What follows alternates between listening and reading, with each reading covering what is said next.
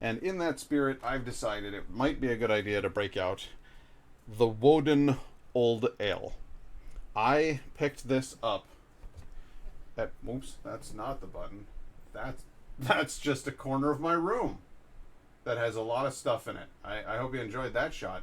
I I picked up this Woden at Branching Out Bottle Shop. Woden is one of the names used for Odin in the older versions of the Norse faith. Woten and Wotanaz are other names, but Woden is the name of an old ale, and I don't know what they mean by old ale, other than that it's ale and it's quite old. My theory is that it is the old way of making ale. And since we're going to be marking stuff up with Norse runes, a return to the old ways seems appropriate. So I'm going to go ahead and pour this stuff. It says this English style old ale was brewed using New York State and English malts, layers and layers of caramel, toffee, and raisin. Drink now or store in your cellar for years to come. It is batch 2020, so it's been aged for a year, and this is a 10% alcohol by volume, so you could get into trouble with it if you're not careful. Ooh, ooh, ooh. I'm pouring it too hard. I gotta tilt it. I gotta learn to do that tilt thing. Take it easy. Take easy. Whoa there. Easy. Easy. She foams up real good, don't she? But this is not another case of explosive ale. It seems to settle down fairly quickly. So I'm hoping this is going to be not too wild. She is surly though, so it's a fighty beer. That builds a big old mountain of head on top of that old ale. The smell itself is intoxicating. It has all of that roasted malted, stone fruity. It's got raisins and figs and dates for days, and it's got a good bready quality to it. Nice color, dark brown, gorgeous. I don't know if you can get focused on that. That's super pretty. Just waiting on that head to settle down just a wee bit. I think I'm going to pour a little bit in there. Nope, that's just too fierce of a reaction. All right, well, you know what we got to do now. No, it's breaking up. It's breaking up. It's settling down. I'm gonna go ahead and just have a taste.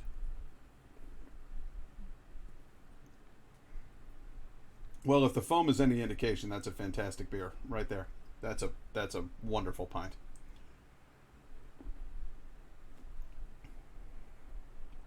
And again, I'll just keep belligerently pouring more into the glass, causing the head to foam up again, and then just drinking the foam. I don't care.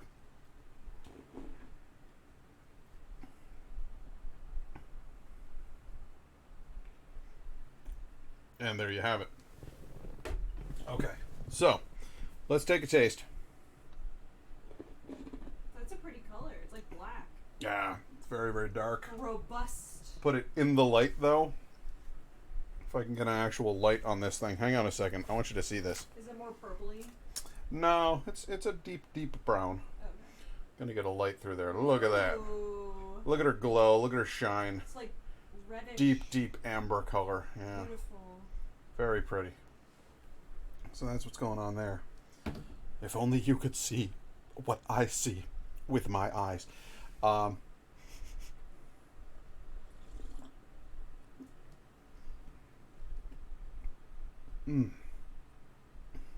That is phenomenal. It's full of all those roasted, toasted notes that you expect from a good ale. It is woody. It is nutty. It is a little bitter. There's a hint of bitterness there. It's not too heavy. But there is a bitter. There's a grown-up flavor going on there. Couple that with the malts and the fruits that are going on.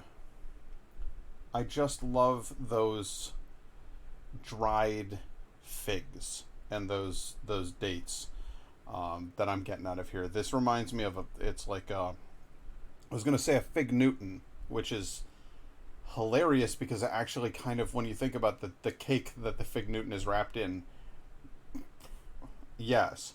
Is that it? Is that my thing that I'm looking for in a beverage, in an adult beverage? Is that I actually just want to eat fig Newtons again? Because I'm thinking I could probably just go buy some fig Newtons. I don't know. But this is absolutely working for me. This is fantastic. It has a strong flavor. It's a robust beer. This is not a light drink at all. This would be perfect for fall, winter, woodsy times of the year. Come back in from shoveling the driveway and cutting firewood for your family, and then you drink one of these and you relax by the fire. This would be a holiday drink for me, honestly.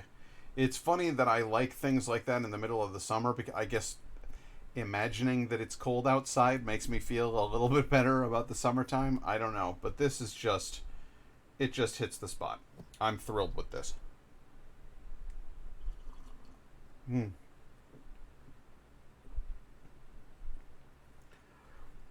Many of the best qualities of a Scotch ale, and yet with a touch of the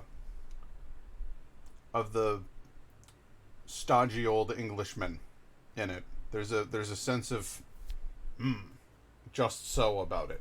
Whereas a Scotch ale kind of makes you feel like getting a little wild. This guy makes me want to put on a hat. And some tweed, yes. Damn fine beer. Well done. Oh, the baby is here, and she wishes to try. Let us give her a sample. Sorry to butt in, but it sounded fabulous. It is. It's fairly fabulous. Give us a moment, love. And do speak up. Ooh, it is a beautiful color. It's very red, which I enjoy. It smells very nice.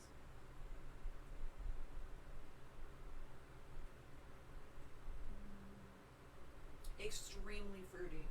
Mm-hmm. Like berries. Mm-hmm. That's wonderful. It isn't that bitter though. But it has just enough it's of it just grown up. enough to be like, this isn't like fruit punch. This is like. Now I swear, if you had drank this 2 years ago. Oh, I would have hated it. Yeah. Yeah. It's because you and I have been beering it up, and you've been trying all the wacky stuff that I'm trying. Almost like a syrup. Oh yeah, it's viscous. It's thick. Yeah. But even in flavor, though. Oh. It's almost like it's almost like jammy or something. It's a bit jammy. It's really good. I really like that. Fantastic. That would be a fun Christmas beer. This is holiday beer right here, 100%. With figs, actually. Figs and cheese. Figs and cheese and bread. A loaf of homemade oatmeal bread, something like that. I think would do just fine with this guy.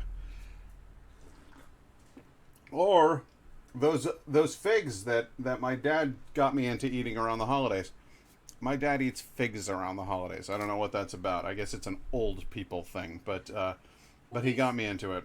They used to have figgy pudding back in the day. I believe figs are traditional Christmas time. A special import. Ritual, or like something that you have. It's the same thing about my dad always ordering oranges around Christmas time. It was something to do with the Old English holiday.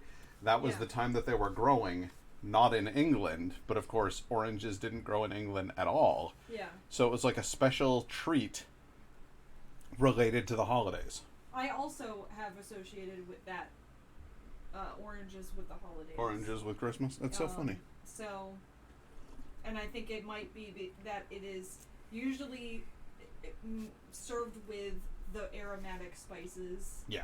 The typical. Yeah, you gotta. Christmas spices, and there's something about it that is cleansing, or like the citrus is like an uplifting.